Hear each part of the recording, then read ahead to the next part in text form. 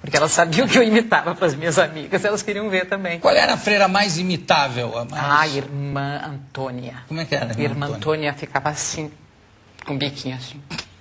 E eram irmãs francesas, né? Então já facilitava o biquinho, né? Então ela ficava muito vermelha e eu pedia para ela, irmã Antônia, vamos fotografar a senhora na sacristia? Só que não tinha filme na máquina. Era só para fazer gozação e a irmã Antônia ficava ali. Fotografando. Rapidinho. Então, pode fazer. Aí... E onde você ia fazer? A gente se divertia. Imitava os padres também. Tínhamos 2 padres. O padre José, que já estava meio cansadão, sabe? Então, exausto. Agora, o padre Nicolau era aquela... Tanto era um sacramento, um veneremo eterno. E o padre José era santo. Um sacramento, veneremo. Cadê minha história? Você entendia tudo que se falava no sermão? Latim e francês. Tinha que saber os 2, né? Não, a missa. A missa. Mas o sermão, porque tem sermão, tem padre que fala, você não sabe. É por isso que O do padre Nicolau era assim, o do padre José era bem arrastadinho, a gente ouvia pouca coisa. Como é que era? Hoje nós vamos falar aqui do pecado. E assim a gente ia. E você ia pra lá imitar. A noite me salvava. Isso é uma maravilha. Não era gostoso? Imitar os padres para as freiras e as freiras também. Também. Quer dizer, quando você imitava essa do biquinho, elas adoravam. Ela se achava estrela, né? Claro. Aí ela também gostava? Lógico, ela gostava também. Gostava das fotos sem filme e gostava de ser imitada, né? Irmã Antônia, uma deles. Isso até que idade você ficou nesse? Eu fiquei dos 10 aos 13 anos de idade. Foi difícil, Jô. Eu tô vendo. Eu sofria tanto. Qual é a diferença? Hoje em dia, em Irati, tem uma diferença muito grande de quando você era moleca? Como é que é daquelas cidades que cresceram mesmo? Cresceu muito. Eu acho extraordinário. E eu vou ter que falar, né? Não adianta. Meu irmão, né? O Sérgio Stoklos, que é o prefeito. A gente vê como é que é possível realmente um político administrar uma cidade e as coisas acontecerem se não se rouba, se realmente se faz aquilo que está dentro de um orçamento e de propostas da comunidade, né? É possível, e eu vejo lá acontecendo, é lindo. Você... Bora ir para lá. Como é que você... Qual foi o seu primeiro espetáculo? O primeiro espetáculo foi em 68.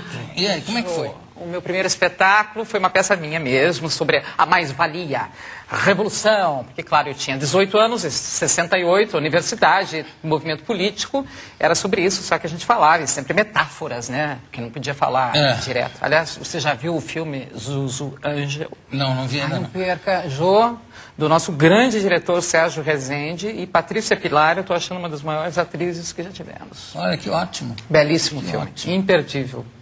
Aí eu vivia esse momento, então a peça era sobre isso. Mas em seguida fui convidada para trabalhar com outros diretores e tinha um diretor ótimo que gostava demais dos atores, então ele dava bastante corda para gente. E eu fui participar do espetáculo Arena Conta Zumbi, montado no Paraná. E aí eu tinha só uma fala, que era... Que era a direção do Boal, né, ou não? Do Boal, aqui em São Paulo. Grande né? Boal. E Guarnieri, né, autor. Aí... Horaci Gemba era o diretor lá. E eu tinha que dizer apenas zumbi, puxando uma corda e depois andando num navio. Né? Essa era a ideia dos escravos. Navio a remo? Um navio? Um barco a remo. Um navio? Olha que nervoso.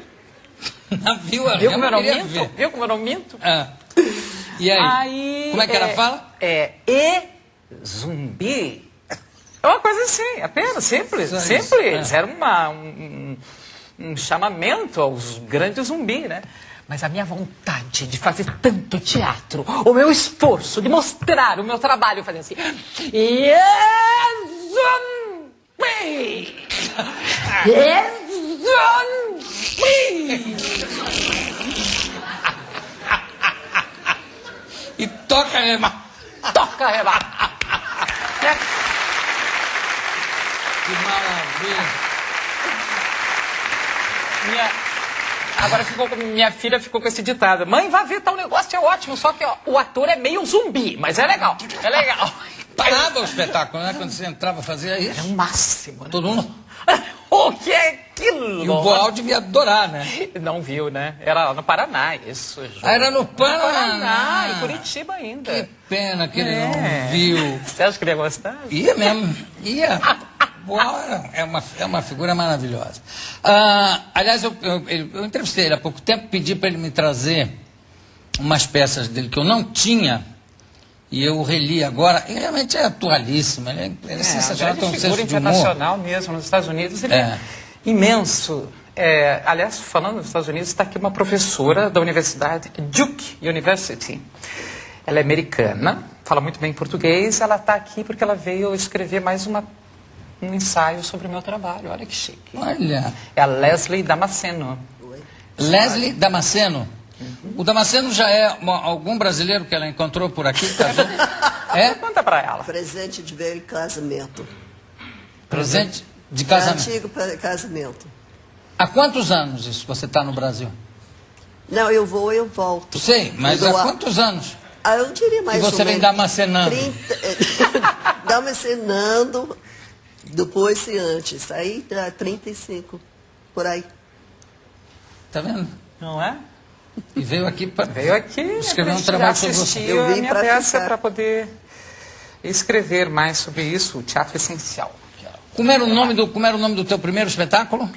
Círculo na Lua, Lama na Rua. Isto é, aquilo que todas as ações têm uma consequência. Então a gente falava sobre a questão da ditadura, né, da repressão. Sim, claro. Que era o que a gente tinha que falar naquele momento. Em 68 eu participei de um espetáculo com Boal, que era exatamente a Feira Paulista de Opinião. Maravilhoso. E que foi proibido e foi a primeira desobediência civil que se fez o espetáculo, apesar da proibição. Olha só, você é totalmente autodidata, não é ou não?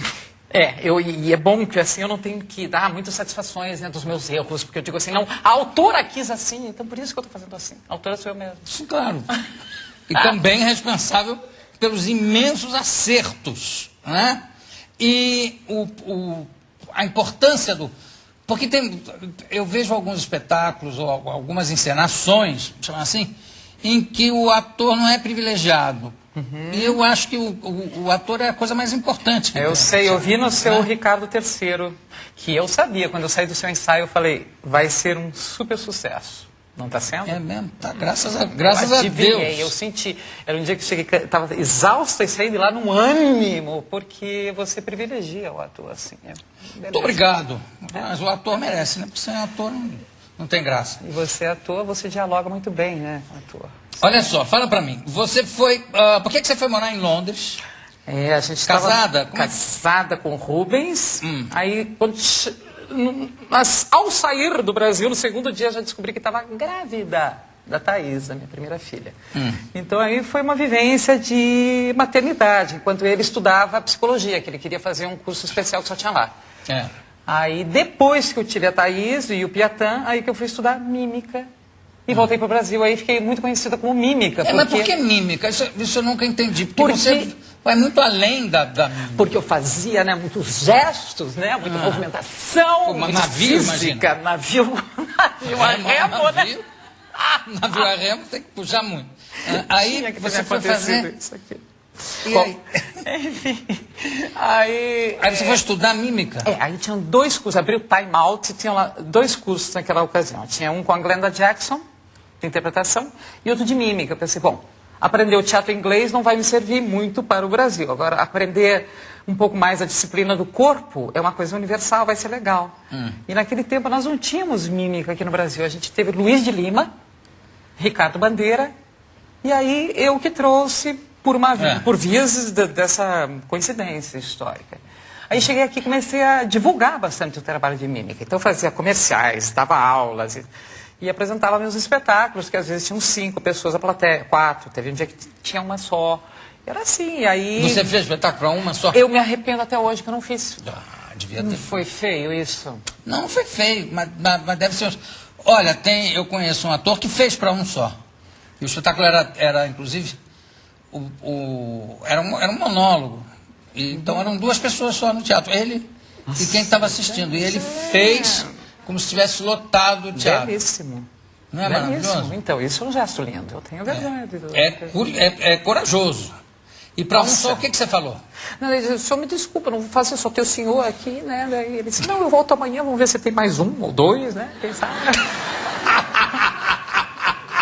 Qual era o teatro dele? Era o Assobradado do Abu Janra, que sempre me deu muita força, grande Abu Janra. E que espetáculo era? Era... Qual é o nome? Você lembra? Eu acho que era o show de mímica mesmo, chamava-se, é uma tradição, né? Na mímica você usa o seu próprio nome e One Woman Show. Era esse o título. Depois dessa experiência, você não mudou para só para você o título? Just Seria for you. pertinente, seria... Não mudei, e tinha esperança. Como é que é a história da primeira... Quer dizer, o primeiro espetáculo foi de mímica. Foi o primeiro solo, né? Não os primeiros antes de eu ter viajado, né? Quando eu voltei Não, antes mãe... já teve mímica, aquela do do zumbi. Etc. Agora, como é que é a história desse primeiro espetáculo de mímica? O que você fazia? Era um pouco uma reprodução do que você tinha aprendido ou não? Tinha aquele negócio de limpar vidro, aquelas coisas ou não? Não, mas eu me lembrei de uma história, não sei se quer ouvir, de um outro espetáculo que eu fiz depois, já juntando mímica com palavra, que era chama-se Mary Stuart, é um espetáculo que eu ainda faço, onde eu faço duas personagens, a Mary Stuart, que está aprisionada, e a Rainha Elizabeth, que a aprisionou. E então um dia aconteceu uma coisa muito interessante na plateia. Posso te mostrar como é que foi? Pode. Então era assim. Deve. A Mary Stuart está na prisão, né? Então ela fica assim. Eu faço os dois papéis. Primeiro, a cena é Mary Stuart reclamando na prisão. Eu, Mary Stuart, aqui nesta prisão, clamo o perdão da minha prima Rainha Elizabeth. Aí eu viro a Rainha Elizabeth.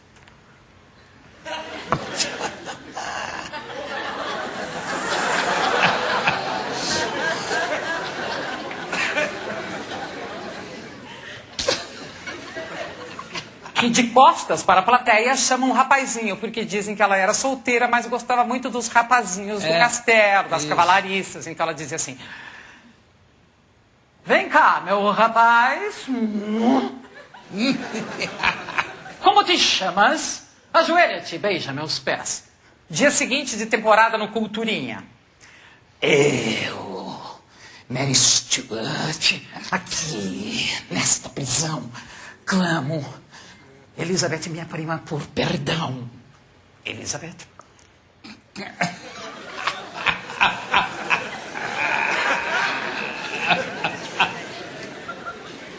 Vem cá, meu rapaz. Como te chamas? Ouço da plateia.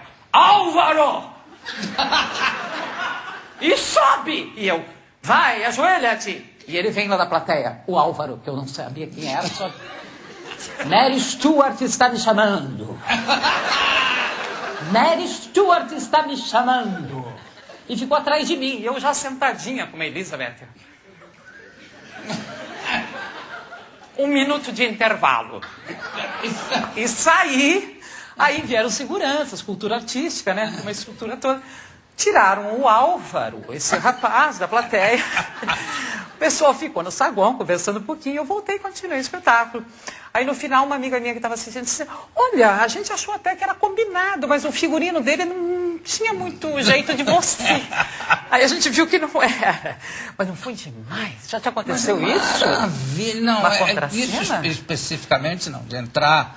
Agora, o que eu acho sensacional é que ele não falou que era a Elizabeth que estava chamando, era a Mary. A Mary, ele estava, acho que, surtado pela Mary. Ele acho que queria salvar a Mary da prisão, né? Agora, essa boquinha da Elizabeth Você gostou da boquinha? É irresistível. Olha.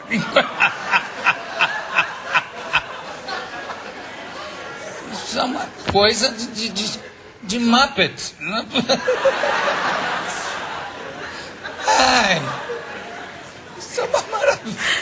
Ela tem outra que é assim.